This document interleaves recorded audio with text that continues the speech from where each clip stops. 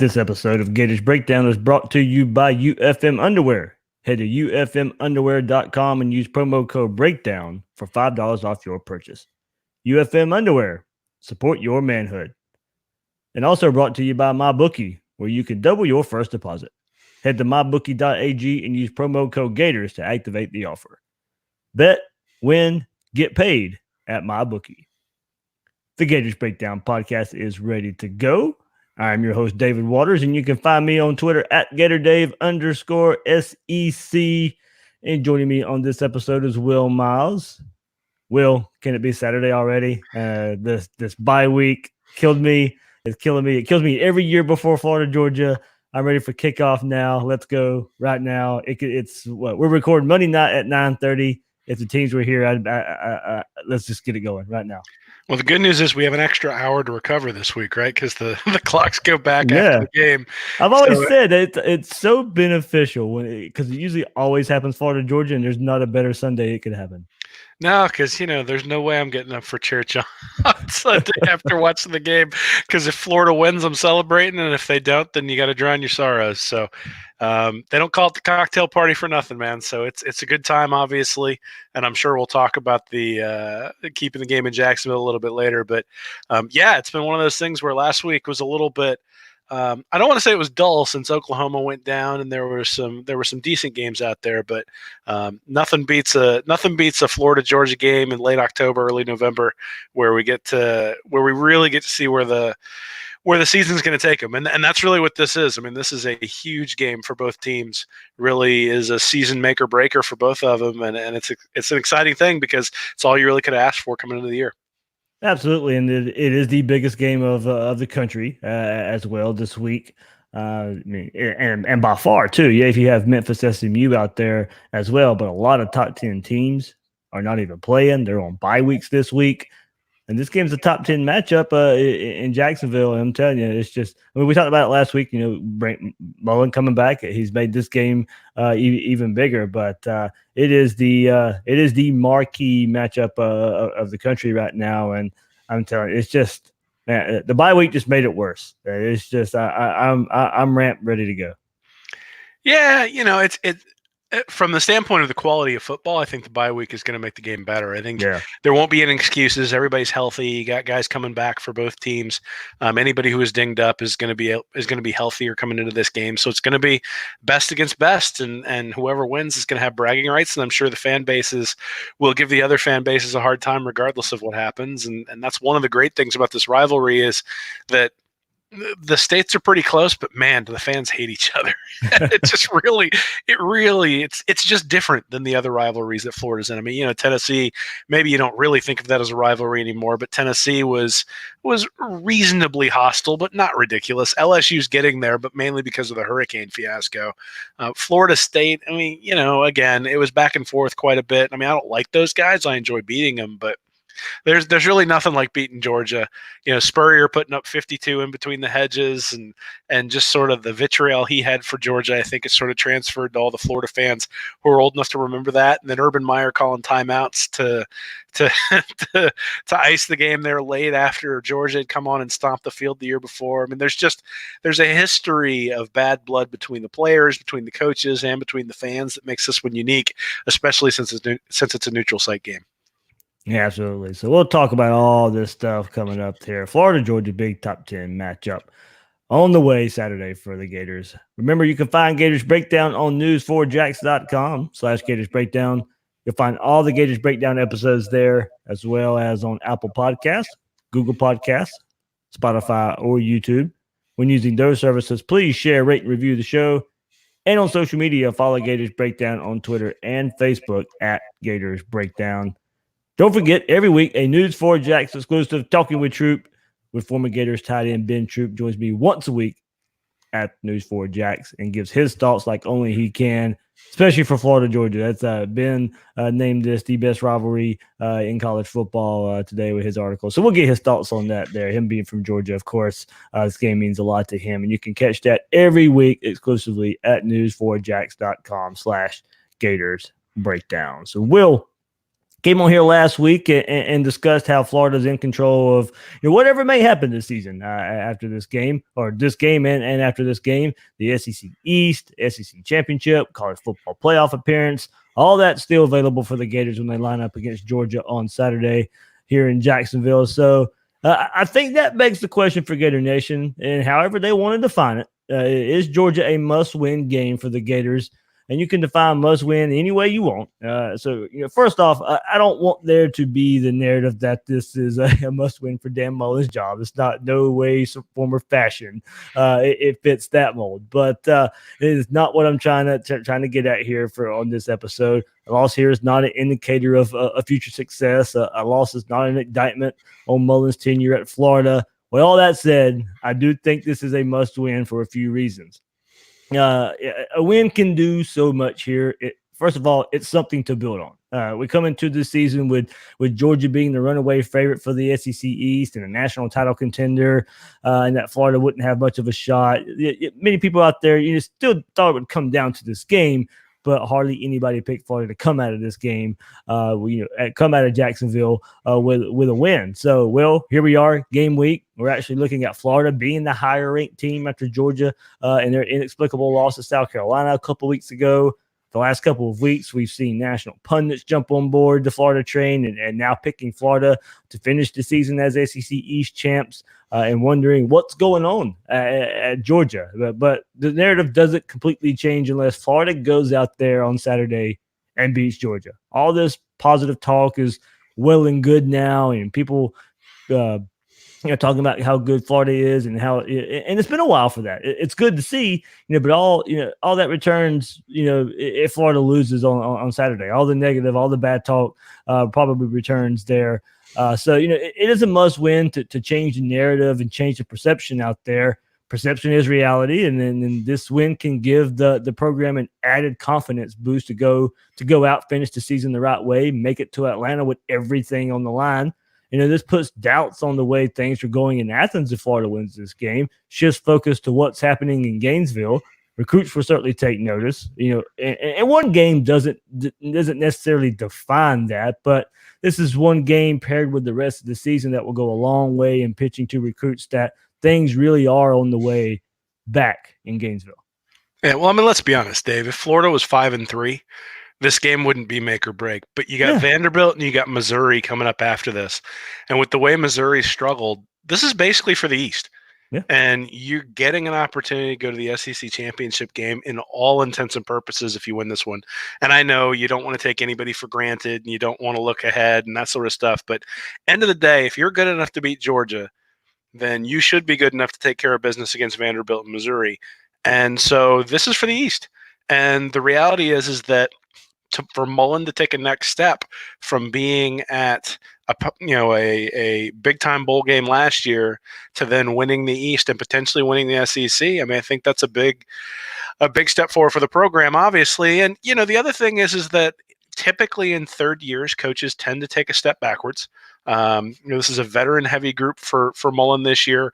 Obviously, you've got Trask at quarterback, and he can come back next year. But 19 of the 22 Gators starters are going to be draft eligible, including 9 seniors after this game. And recruiting, we've talked about it extensively, has not been excellent under Jim McElwain before him, and even under Mullen since he's taken over. And so it takes some time to develop those guys. And so having a veteran-laden group means you really got to take advantage of it while you've got the opportunity. And, you mentioned Georgia and the doubts in Athens. I think that's an important thing that, Georgia in that second year makes it to the national championship game, completely chokes it away in the overtime against Alabama. They lose twice to backup quarterbacks against Alabama. They got stomped by LSU last year. They lose a game that's just inexplicable at home against South Carolina in a game where, Fromm throws the ball 51 times, but only throws for like 290 yards. They then go out and play against essentially no quarterback against Kentucky and are 0-0 at the half. Like, there are really some concerns for people who are Georgia fans out there looking at that team going, what in the world is going on? And this is an opportunity to say, you know what, like, we may not have the same kind of recruits, but we've got a coach who has the ability to do things that Smart has not proven to be able to do yet.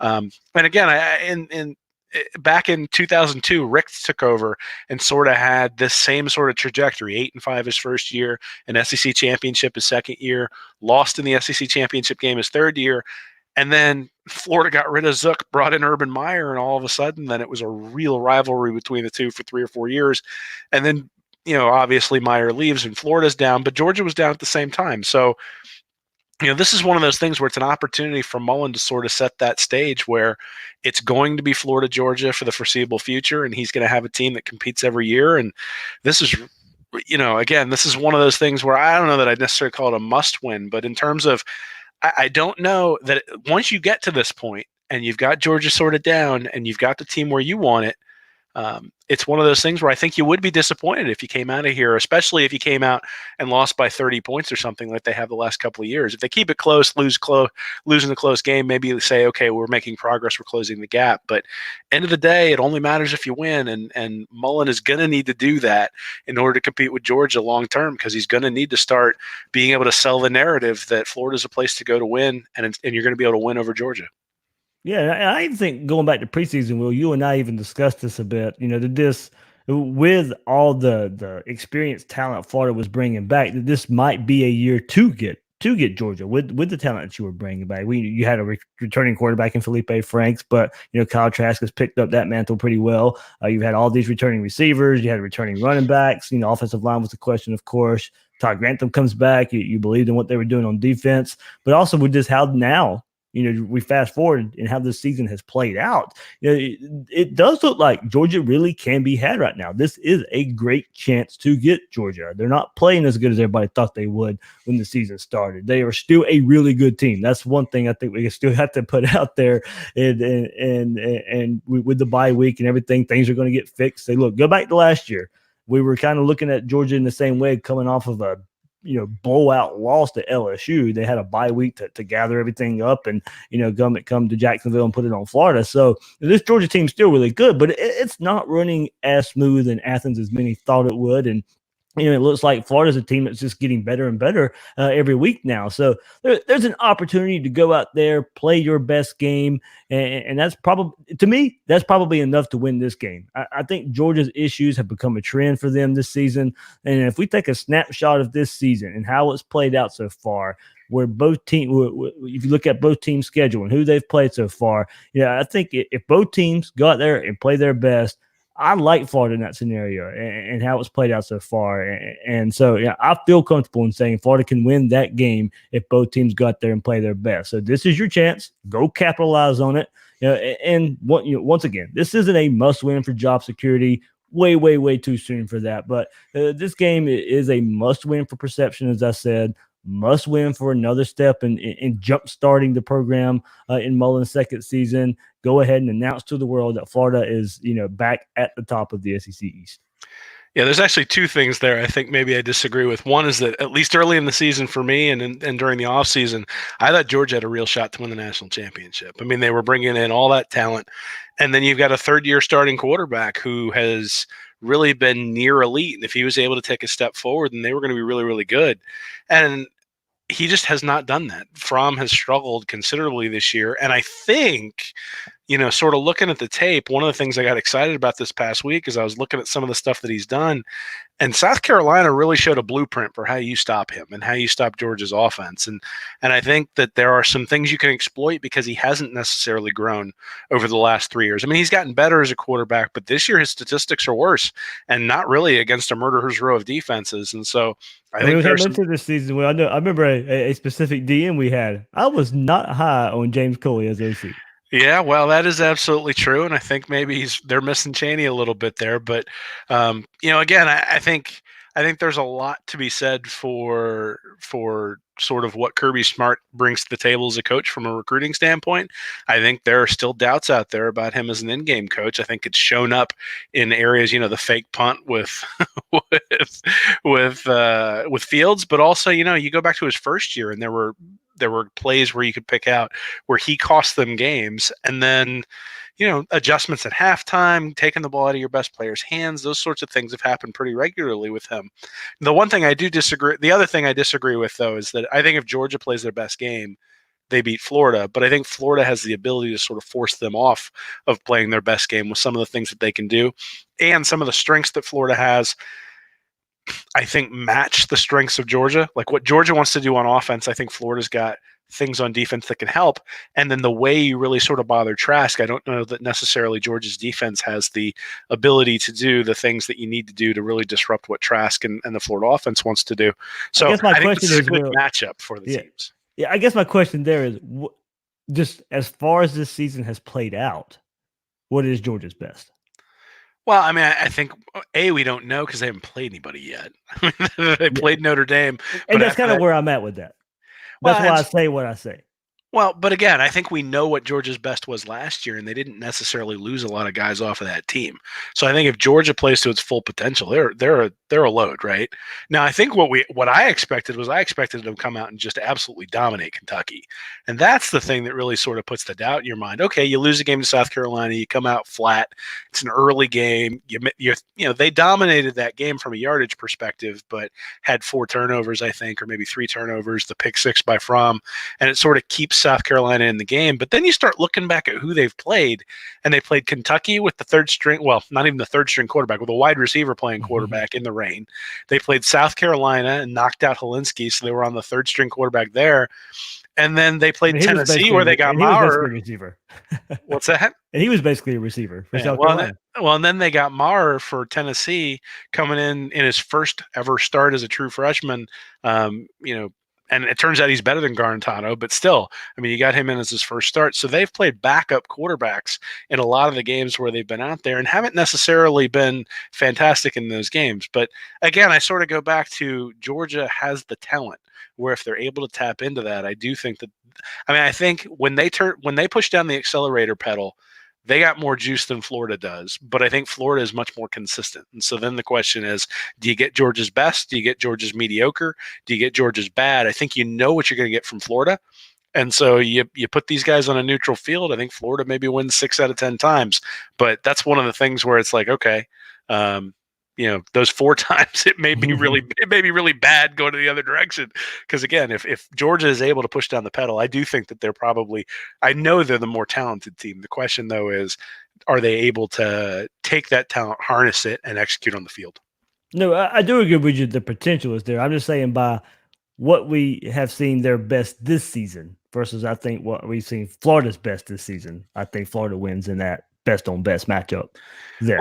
So again, I think we need to go back and say, and we said this early in the year with the Miami game and with the Kentucky game, those are games, if those had been the last 2 games Florida had played, we'd be coming into this one going, oh boy, like this might be a complete slaughter. And because Florida had those I don't want to say slip-ups, not slip-ups, they won the game, but because they had those underwhelming wins early in the year, you didn't get a whole lot of respect from the media, but at the same time, you sort of worked out the kinks and then you've progressed and gotten better. The thing that maybe would worry you as a Georgia fan is it looks like the team has regressed over the past couple of weeks. But again, you have a bye week. It's an opportunity to reset. I think we'll see pretty early on whether Kirby was able to sort of harness the team, or one of the dangers with a team that's that talented is that you get a bunch of guys who think they should be on the field, think they know better than a coach. And that's one of the things I think Saban's done a really good job of at Alabama. He brings in all those 5-star guys, and there really hasn't been a whole lot of guys defecting. There hasn't been a whole lot of infighting that we've heard about, any of that sort of stuff. Whether Kirby has the same ability as Saban, he's bringing in similar type talent, but those guys who come in who've been starting their entire lives and now they're sitting 3rd on the depth chart, they're not necessarily always happy. So we'll see, I think, pretty early on whether Georgia comes out focused and whether they come out trying to make amends for the loss and the performance against Kentucky. But again, I think that's the thing that sort of sticks in everybody's mind, is that you expected them to come out and just absolutely wax Kentucky. And the fact that the Wildcats were able to stay with them for the entire first half and really pretty much all the way through the third quarter, that game was close, makes you say, okay, there really are some things you can probably exploit, and Florida's going to be able to see that on film and take advantage. All right, so I pose this question to our listeners out there as far as, however they want to define it, however they want to define this game is a must-win for the Gators. We'll start with good buddy Kevin Rowell.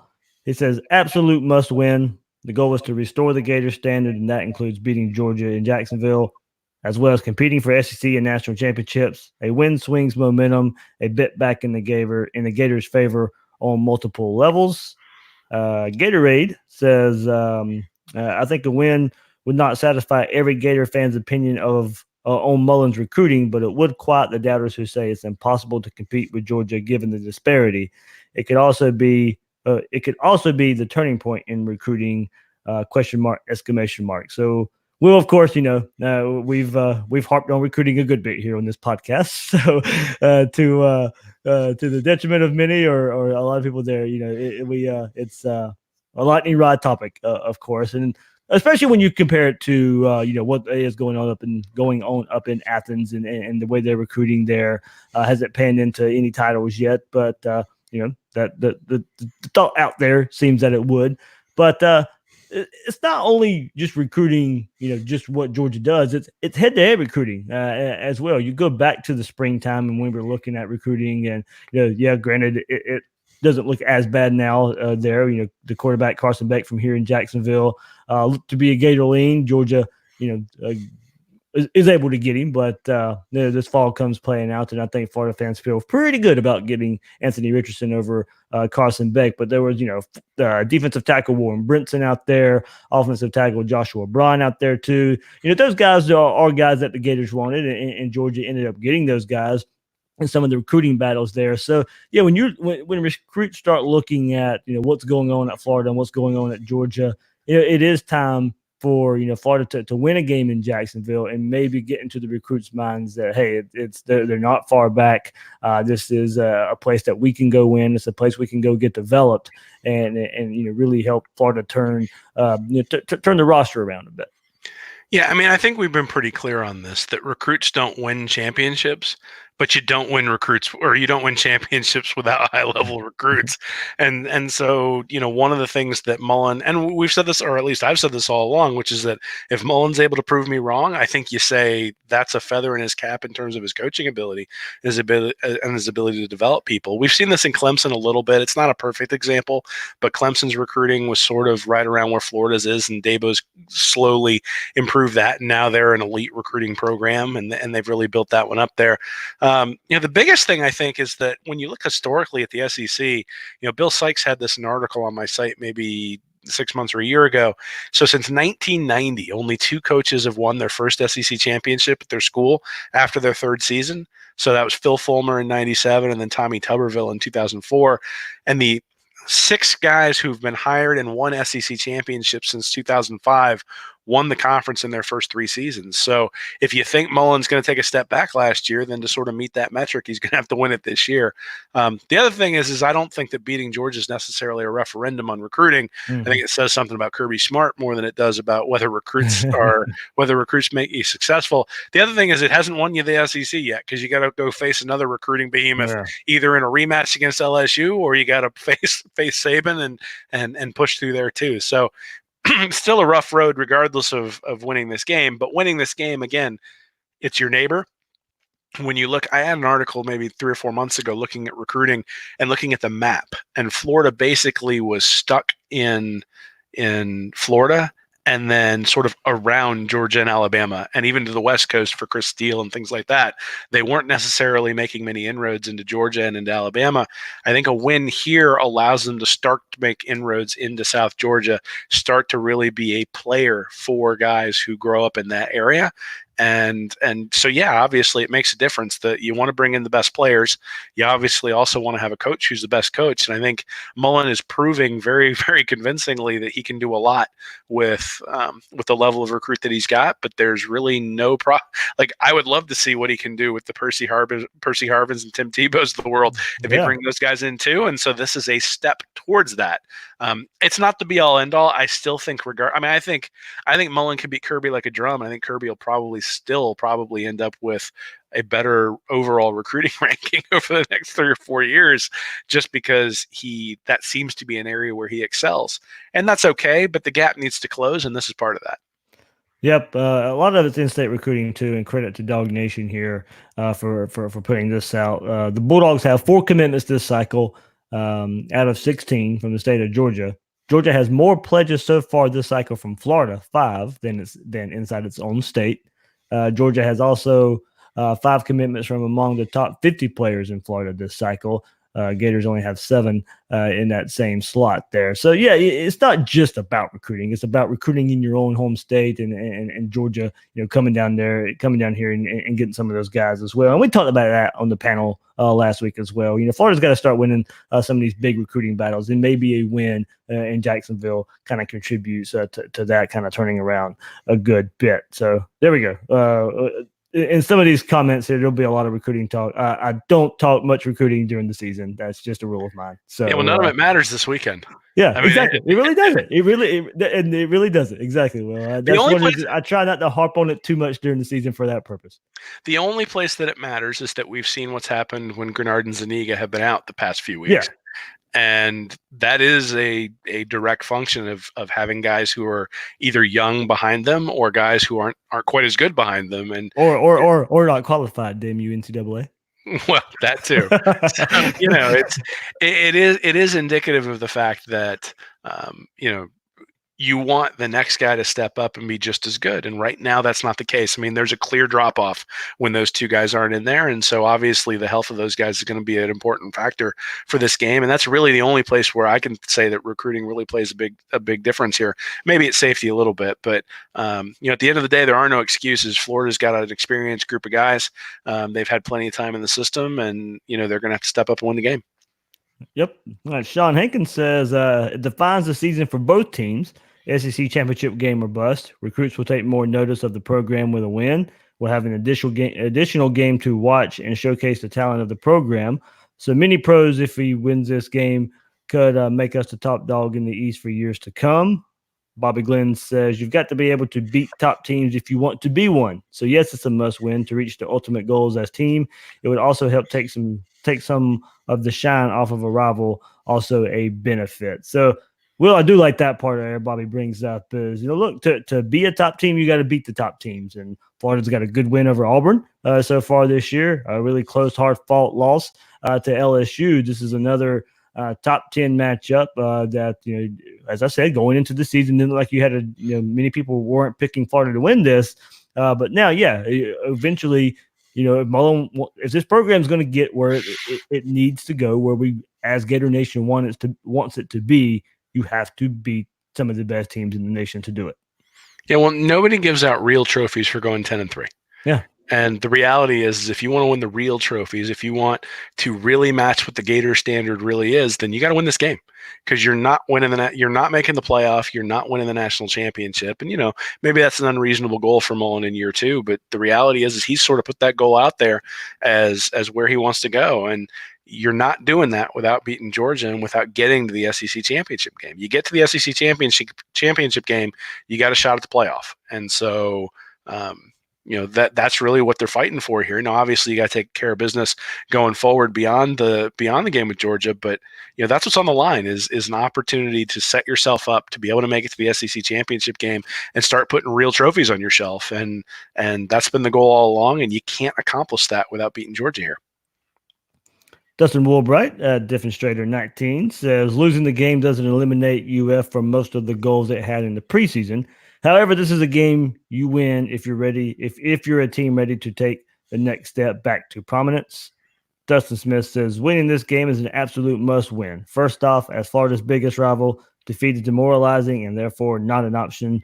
Also, winning would be huge for recruiting, and if the team truly aspires to be in the playoff, this is indeed a must win. It's time we beat Georgia. My name is Earl, says yes, for momentum of the program, recruiting, and for Mullen as a coach. This win would put UF in the SEC title game, barring a disaster, and firmly in the college football discussion. It's important for trajectory of what Mullen and fans see as the rightful place of being relevant nationally. More on recruiting. Deontay Mack says it's a must win if Florida wants to get more top-tier recruits on campus. We have to win these games to show these kids why you come to Florida, because nobody's goal is second place. Well, this next one's pretty interesting. Got M2B at Boudreaux_doctor. He goes, he doesn't think so given the huge talent gap. Once Mullen starts recruiting like we hope he's capable and the talent is comparable, then we must beat them. And that's kind of, I'll disagree there only because going back and I remember looking at the preseason magazines and kind of looking at how many players Florida placed on the all Athlon and all Indies and all Phil Steele's team and saying, look, yeah, I know recruiting hasn't been what it was comparable to Georgia, but when you started going down the list of those teams, and Florida had as many players as Georgia, had as many players as Alabama, not quite maybe first team, but you had as many players there, more than LSU, more than Auburn, and some of these lists here, letting you know there was enough talent, at least for this year, enough experienced talent where Florida could make a run. Yeah, well, I mean, look, I want Florida to recruit better as well as anybody in the country. I'd love it if they were bringing in number one classes, but they haven't done that. But that doesn't absolve you from having to perform on the field if you want to be a successful program and if you want to live up to the standard of the program. And so they're going to need to win the games with talent deficits against the big boys to really get where they want to go. And I think, when we were harping on recruiting last year and the year before, what we were told was that when he wins, the recruits will come. And so it's one or the other, right? The recruits have been, again, these aren't terrible recruiting classes, but they're not top 2, they're not top 3, they're not top 5. And so if that's what you think is necessary to win long-term and win consistently, then you got to find a way to get there. And if you're not going to get there in year 1, year 2, year 3, then you got to start winning these big games to get there eventually. Because it's not like, again, if Georgia beats Florida like a drum for the next 3 years, and you have the option of going to Georgia or Florida, why would you go to Florida at that point? Because there is like the selling point of you can come here and win isn't really all that convincing. Like the selling point only becomes convincing if you start winning these games. So, it's the bed you're in. You got to make the best of it. I think Mullen is uniquely skilled to be able to do so.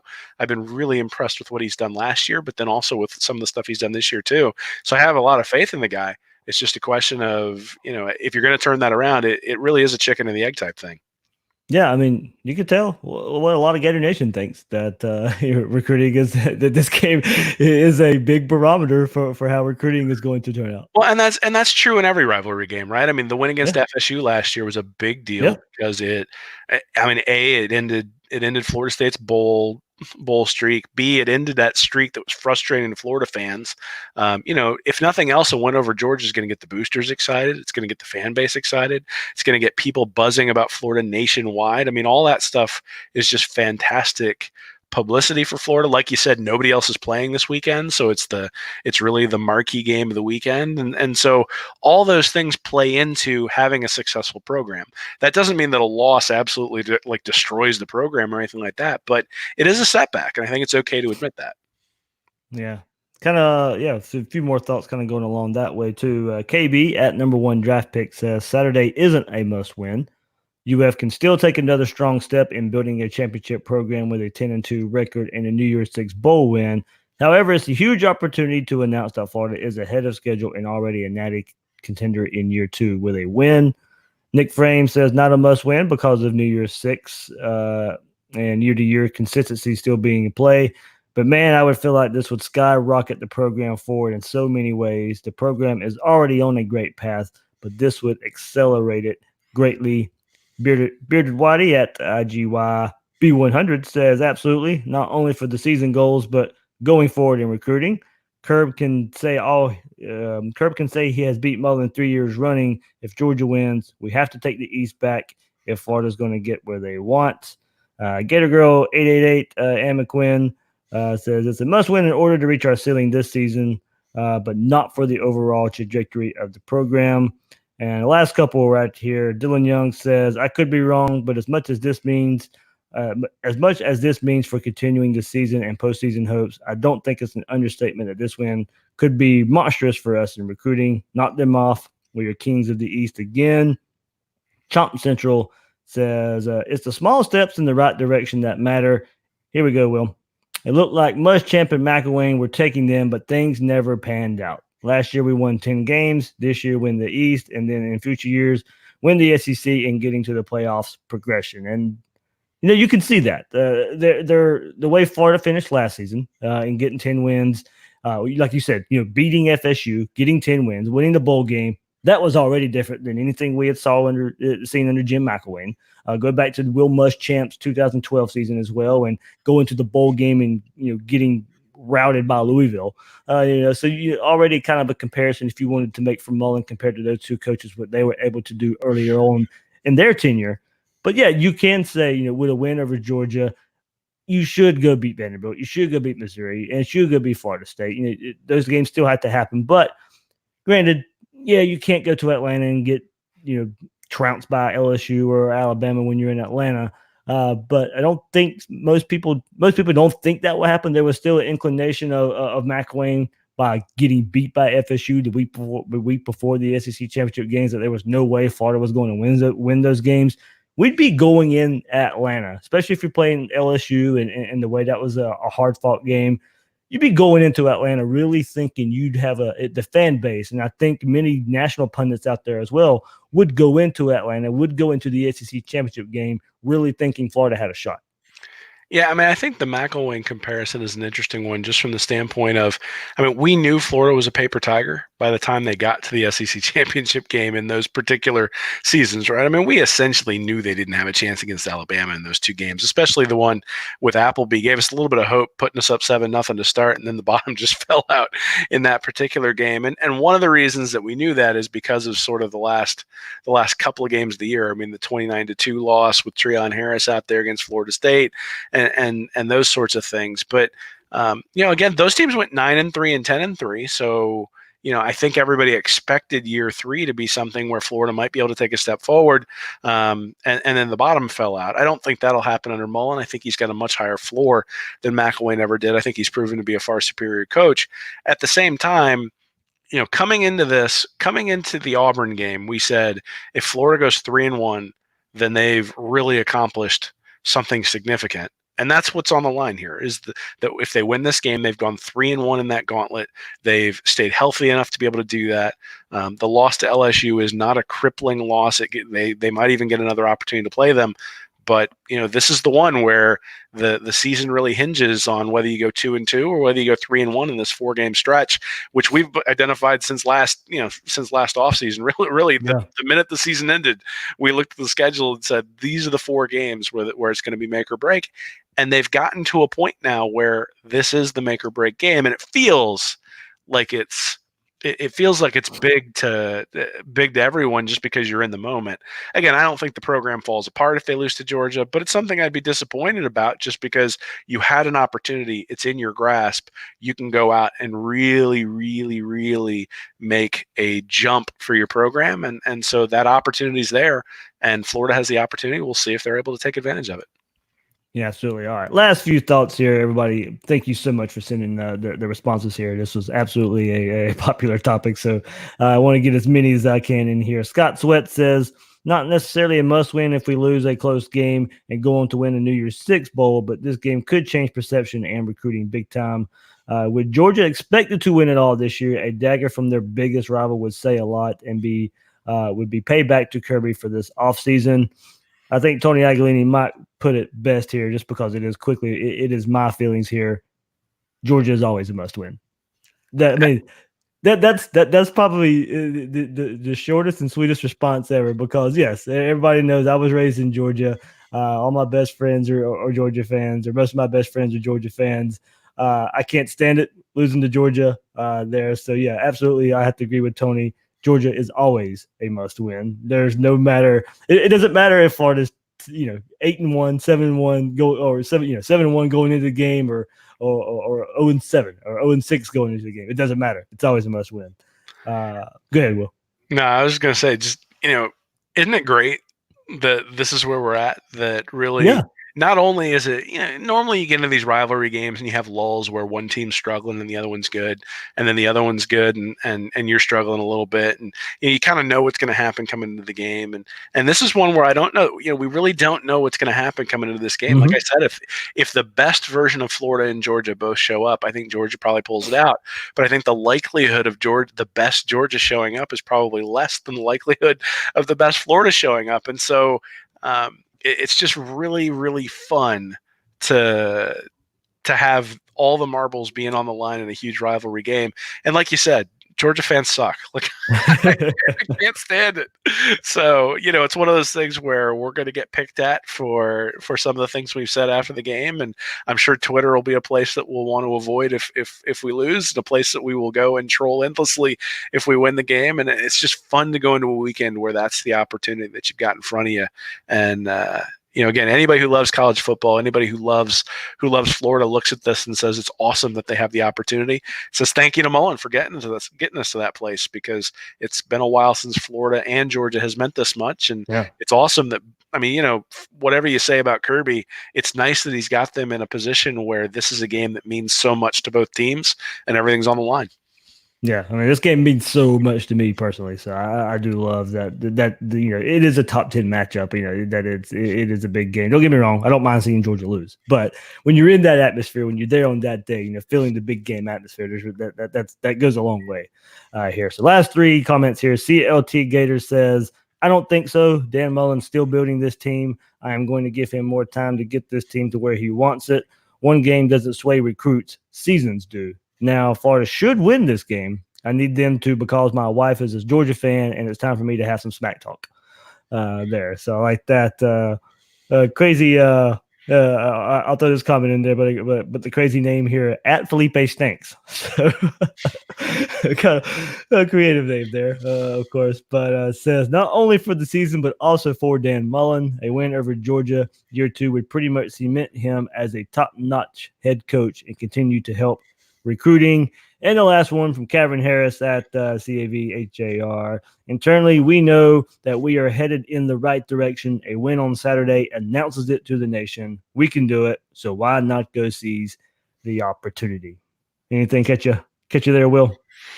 Yeah, man. Like I said, just excited. It's one of those things where you have the opportunity in front of you. What do you do with it? That's why you come to Florida to play the games. It's why it's so much fun to be an alumnus from a university like this, and really just sort of sets up for a really good time on Saturday. Like you said at the opening, like, can Saturday come here a little bit sooner? Tuesday at work is going to be a little bit rough tomorrow. So yeah. By the time we get to Thursday or Friday, it'll just be, licking my chops. So I can't wait, and it's going to be a lot of fun.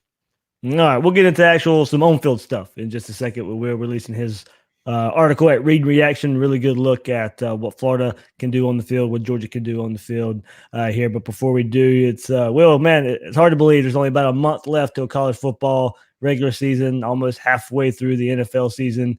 So now is the time to get off the sidelines and get in the game with MyBookie. MyBookie is the premier place to bet on all your favorite pro and college football action every weekend. They always have the most up-to-date lines and most prop bets of any sports book out there. So if you're going to bet this season, do the smart thing and go bet with MyBookie. And if you're the kind of guy who likes to bet a little and win a lot, try a parlay. Pick your locks for the week, put them together in one parlay bet, and when they all come through, the reward will be huge. If you're tired of watching the game from the couch with nothing to gain, MyBookie wants to get your mind off everything else and get back on the game. So right now, you can double your first deposit at MyBookie. Use promo code Gators to activate the offer. Visit MyBookie online today at mybookie.ag. That's MYBOOKIE.AG. And don't forget to use promo code Gators when creating your account to claim the bonus. Bet, win, get paid at MyBookie. And guys, you've got to go try UFM underwear. Underwear for Men is the only brand of men's underwear that offers both isolation and support, all while keeping you cool. Unlike other pouch underwear brands that have thin mesh panels or pre-sized pouches, Underwear for Men's patented pending design prevents skin-on-skin contact and eliminates chafing, and the drawstring pouch can't be felt from inside or seen from the outside. Underwear for Men is a state of Florida company and has you covered no matter the activity. Everyday underwear, athletic underwear, work underwear, medical underwear, Underwear for Men is made for it all in sizes up to 5X. So try your pair over at ufmunderwear.com right now and use promo code BREAKDOWN to get $5 off your pair of UFM underwear. UFM underwear, support your manhood. So, Will, you did release your article on this, the Monday before the game. Plenty of time for people to go check it out at readandreaction.com. A lot of good analysis there from Will. And with the big takeaway I get from your article, and you said it as well in there, just by looking at the offensive and defensive rankings for that Georgia should have an advantage if you look at it that way. But there's, and you mentioned it as well, there's some caveats to that line of thinking. We know just by looking at Florida's schedule, it's been tougher so far than Georgia's just by playing Auburn and LSU already. But the common opponents tell a story here that you outlined very well in the article. Yeah, I mean, at the end of the day, when you look at Kentucky, South Carolina, and Tennessee, like I already said, Georgia played Georgia definitely played the worst of the quarterbacks there compared to Florida. And when you look at the stat I used was yards per play differential. So basically, the yards per play gained by Florida minus the yards per play allowed by Florida for a game against Kentucky, and then the same thing for Georgia. And in 2 of the 3 games, Florida was the better team. Against Kentucky, they were the better team. South Carolina, they were the better team. And then against Tennessee, they were basically equivalent. And so, again, you look at the common opponents, Georgia hasn't really differentiated themselves. In fact, if you look at the points, Georgia scored 81, gave up 34. So that's 47 more points than they gave up. Florida scored 101 and gave up 51. So the Gators have a 50 point differential. So they've outscored the common opponents by more than Georgia has. Now, certainly Georgia lost to South Carolina and Florida didn't. But, that's one of the reasons why people are doubting Georgia at this point is that they lost that game to South Carolina in a way that really they shouldn't have lost that game. And some of that is on Fromm, some of that is on their defense, but a lot of that is on Kirby Smart. And, I think we're seeing some of the effects of Smart and his ability or inability to get that team prepared to play in some of the things we're seeing here. So again, I think you look at it and say not only the common opponents, but who has Georgia played this year? And they played Vanderbilt, who has the 122nd ranked defense in yards per play allowed. Arkansas State at 94th, Notre Dame at 34th, though again, the Irish haven't necessarily played anybody all that rough. And when they played a Michigan team that isn't fantastic, got absolutely torched. Then you got Tennessee, South Carolina, and Kentucky that they played the last 3 weeks. And other than putting away Tennessee, and even that game was a little bit closer. I mean, if you know any people on Twitter who are Tennessee fans, they'll sort of tell you that Georgia game was when the team started to look a little bit different. And obviously Tennessee comes out and beats South Carolina last week. And there's a little bit of hope now in Knoxville that the team's better, but it kind of started with them giving Georgia a little bit of a hard time in the first quarter. And so struggling a little bit against Tennessee, a lot against South Carolina, and then significantly against Kentucky too. Florida didn't necessarily have those struggles against those 3 teams. And I think that's maybe why people think, and I think in particular, that Florida has a real shot here. Well, of course, the biggest matchup, of course, I mean, everybody knows the big matchup of this game. It's not rocket science. This game is going to come down to one matchup and one player for this Georgia offense. Don't get me wrong. You go back and look at how Jake Fromm has played against Florida the last couple of years, going back to last year too.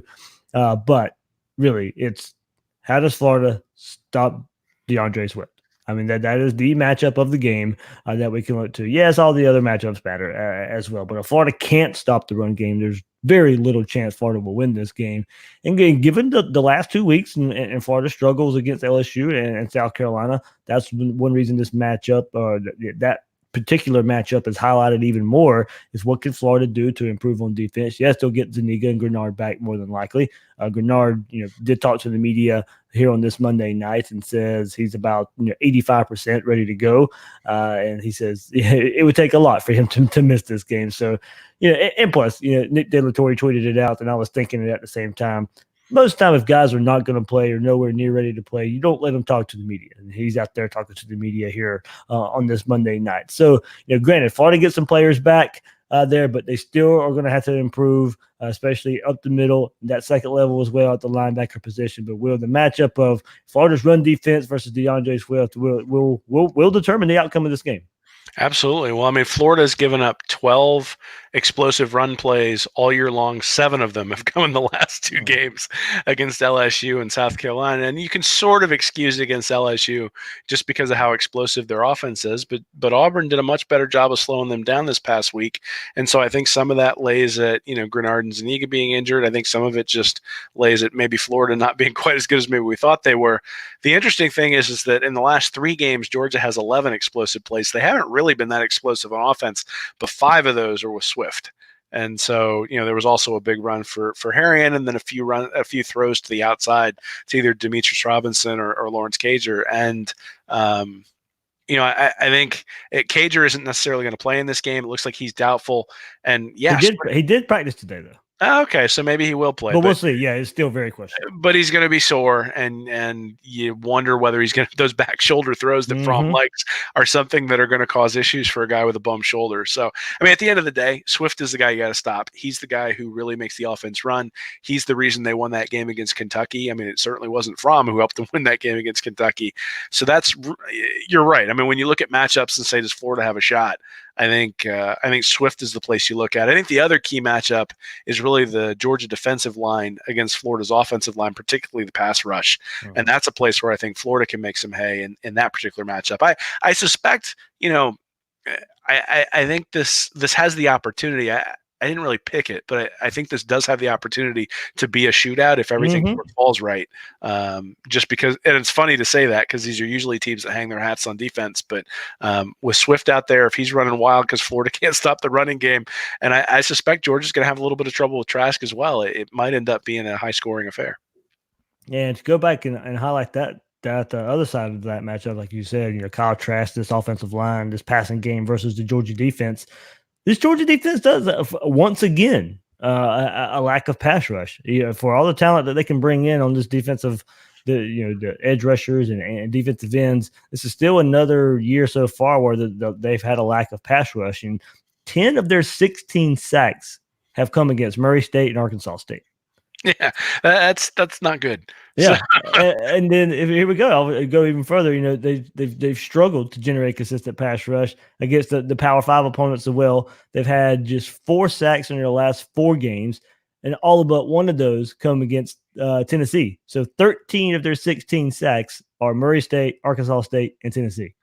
Yeah, well, and you look at it and say, even if the 16 sacks were evenly distributed, 3.7% of basically the plays that they've had have ended in a sack, which isn't really very good. I mean, Florida's probably up around 5%, and some of that is owed to the 10 sacks that they got to open the year. But that's also the only time that they had Zuniga and Grenard on the team healthy at the exact same time, along with a fully healthy secondary as well. And I think that plays a role in it.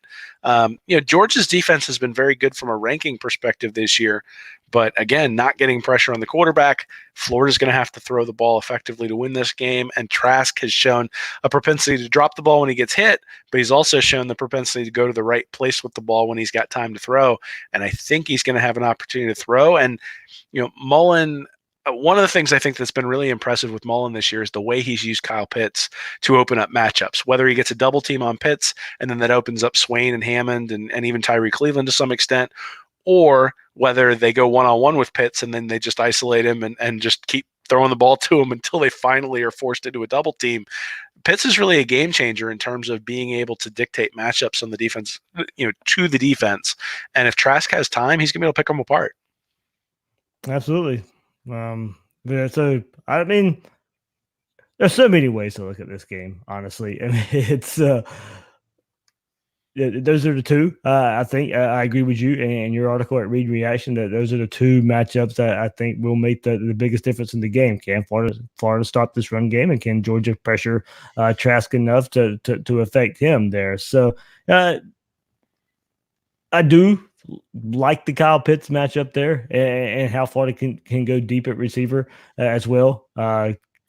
Tyson Campbell should be back for Georgia. He's practicing. I think he returned last week. He's practicing again today as well. So Georgia will get a little healthy as well in the bye week. That's another thing, Will, I just don't think we can forecast. I did mention it earlier. You go and look at how Jake Fromm performed against LSU last year. They had a bye week to hear all the negative hoopla, and then able to show up in Jacksonville, and Jake Fromm plays, probably his best game of the season last year versus Florida. I think the bye week is these kind of ultimate wild card here. Of course, you and I mentioned it last week. You go back to 2005 and how Florida inserted and used Billy Latsko. I think you can look at last year of Georgia just kind of steaming for 2 weeks after losing the LSU. I mean, the bye week, the bye week can throw a wrench and a wild card into this type of game. Yeah, I think we misremember a little bit how well Fromm played in that game last year. I think when you look at the end result, his statistics looked really good. But let's be honest, Florida was outgained by 154 yards.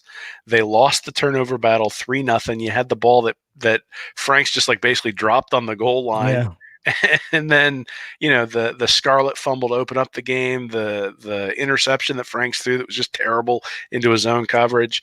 But Florida was only 6 points down with 11 minutes to go in the game. They were up after the touchdown drive coming out of halftime. Florida had a shot to win that game. And the reason they had a shot to win that game is because Kirby Smart kept kicking field goals when his team got stopped at the 1 yard line. And Florida was able to at least get into the end zone enough to keep it close. And that's really, I think, where I hang my hat in this one is I do not trust Kirby Smart to make the right decision on fourth down.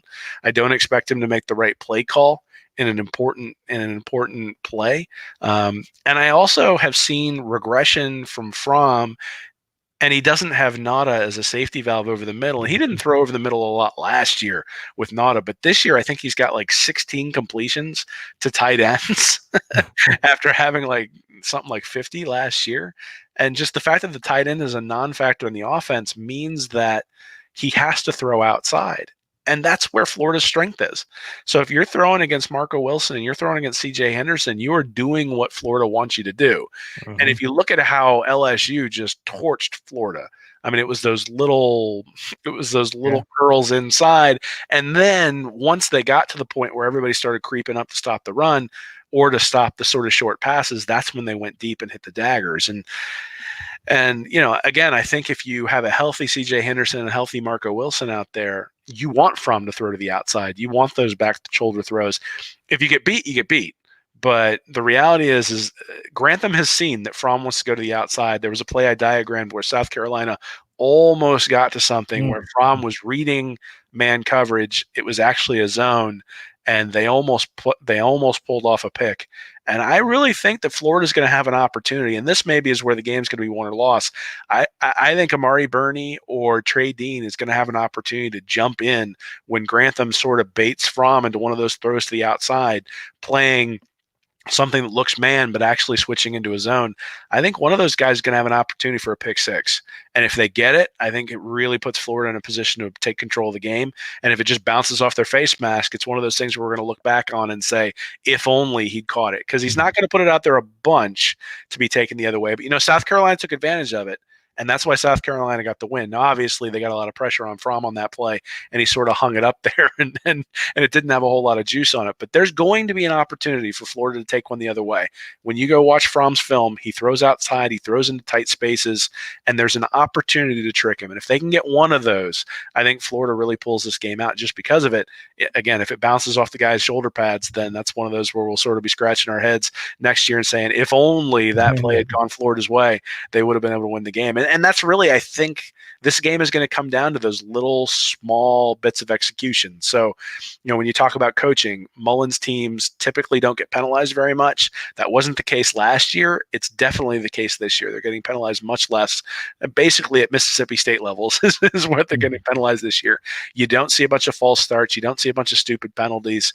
They're starting to get a little bit better on the offensive line. And then, you look on Smart's side, he's calling timeouts with 1 second left on the opponent's play clock against South Carolina, just making decisions that are completely inexplicable. And if he does it again, again, that's 3, 6, 7 points in Florida's advantage. I think Mullen's probably worth a touchdown in this game. And so if you get a pick six and if Mullen's worth a touchdown, then Georgia's already 14 points behind the 8 ball and really is giving you a shot to overcome the talent difference that we've seen. So, there's a lot of things to look for, but that's the thing I'd really look for is I think there's going to be an opportunity for Florida to take one the other way for a touchdown, and they're going to have to make that play. From your lips to just to making it happen, Will. Well, I look forward to all the listeners tweeting at me if it happens, because it'll be fun to see. And I tell you what, if they get a pick six, that's it. I'm done. You're done. In there. Hopefully, could you imagine if it was the last play of the game or something like that too? Oh, we call that the burrow. Yeah, yeah. Go back to a year ago. Let's do it again. Well, if people follow me on Twitter, if they couldn't tell, last week, absolutely happy, Will. Of course, Florida Georgia staying in Jacksonville for the foreseeable future. Couldn't be happier there. Living in Jacksonville, being raised in Southeast Georgia, of course. This, like I said, this game means a whole lot to me, so it's staying in Jacksonville. I don't want it to go anywhere else. So at least through 2023, with an option to extend through 2025 there. So, I mean, yeah, this is exactly. I knew it was coming there with working with the city of Jacksonville at the TV station News for Jax. We have gotten word that it was coming down the pipe. So kind of just had to lay low, stay quiet until Friday till they announced it. But yeah, Will, absolutely happy. This game. And look, I put out a YouTube video last Friday too on the Gators Breakdown YouTube channel, just kind of explaining how I felt about it and everything. But no, do not move this game ever. I mean, the game's not going anywhere. The fans love it. It makes Jacksonville and the programs a ton of money. I think there are probably a couple of tweaks they can make to where the home team can host recruits or something like that, and then you take away any sort of argument against having it there. Obviously, the Georgia fans get insufferable when they don't win the game and start talking about how, it's unfair that it's in Jacksonville, that they have to fly and Florida gets to drive and all that sort of stuff, which is complete BS because, when they win, you never hear any of that stuff. But, end of the day, nobody says anything when Georgia plays the SEC championship game in Atlanta. And so nobody, it's a neutral site game. You're getting paid. This game's not going anywhere, which is great. I mean, right? It's one of the great traditions in college football. It makes it different. Obviously when they had to renovate the stadium, the players, I think, kind of enjoyed the home and home that they got between having Georgia and Gainesville and then going up and playing in Athens. But end of the day, like the reason we love college football, beyond just the fact that we love programs and that we love the schools we went to, is that you've got all those great traditions, and the traditions are what make it. Being able to do the "We Are the Boys" at the end of the third quarter, being able to sing Tom Petty, and now, I mean, that's a cool new tradition that they brought on, Mr. Two Bits, all those sorts of things that are big traditions. And Florida, Georgia, and Jacksonville is one of those traditions. There are a lot of special memories from those games, and yeah, I'm glad to see it there, and I don't suspect it's going to be moving anytime soon. Yeah, so I reached out to Chris Doring and Peter Burns just to kind of wanted the former Florida player who played in both stadiums and in Jacksonville, get his thoughts. And Peter Burns, who, of course, SEC Network analyst and kind of a neutral look at maybe where he thought he would like the game to be played as well. So Chris Doring texts me back, says, having played games versus Georgia in Jax, Gainesville, and Athens, I feel I'm qualified to say this game should remain in the River City. There is something special. There is, coming over that bridge, seeing half orange and blue, half red and black. The tradition and uniqueness of playing in Jacksonville makes this more than just a normal SEC rivalry. And then Peter Burns says, I love home and home series, especially between college football powerhouses like Florida and Georgia. However, there are certain games and weekends that make college football the greatest sport out of them all. Florida, Georgia, and Jacksonville is right at the top of that list that makes college football truly special. So, you have a former player who played all stadiums, Peter Burns, who's as neutral as you can get there as an SEC Network analyst, and they don't want the game to move either. So, Will, I did go back, in May, we were discussing this as well, when all the talk of, Kirby, that's kind of when Kirby went nuclear on discussing the Florida Georgia game in Jacksonville, and I ran a poll. I got to go back and find it there. So of course, the results weren't really going to change from May to now of asking people where they wanted the game to be played there. But it was out of almost 2,000 votes, 69% of our listeners and stuff said they want the game to stay in Jax. So 70% of our listeners are pretty happy about the news that the game's going to be staying in Jacksonville. Hey man, I'm a lot more concerned about Scott Strickland getting a home and home with Penn State than I am with this game going anywhere other than Jacksonville. I mean, the reality is there's too much money to be had for neutral site games, especially with the tradition. I know there are people who feel strongly on both sides of the issue, but like you said, 70% of the fans want to see it there. And the thing is like I would say 80% of Florida fans probably want to see it there for the most part. And then when Florida's losing, it goes down to 70, and probably 70% of Georgia fans want to see it in Jacksonville until they lose, and that's like 10% who want to see it there. But it's a great tradition. The players love it. The fans love it. I think it's something that makes college football special, and I hope it's here to stay for a really long time. Me too. So, all right. Well, so you did release your article, like I said, today on Monday of the week. Anything else coming up there at Read and Reaction to get us prepped for this big top 10 showdown? Yeah, I'm gonna have a few keys to the game that weren't necessarily included in the article that came out this week. Probably a little bit more film, but that'll be coming out Thursday, I would imagine, and might have something on Trask as well. But we'll see. It's one of those things where I'm just amped up for Saturday, and got the summary, got the full preview out there for people early so they can read it and enjoy it, and call me and tell me I'm an idiot when I'm wrong after the game.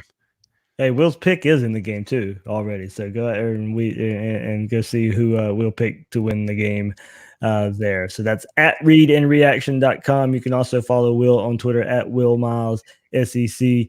I'm the host of Gators Breakdown, David Waters. You can find me on Twitter at GatorDave_SEC. Guys and girls out there, thanks for listening to this episode of Gators Breakdown.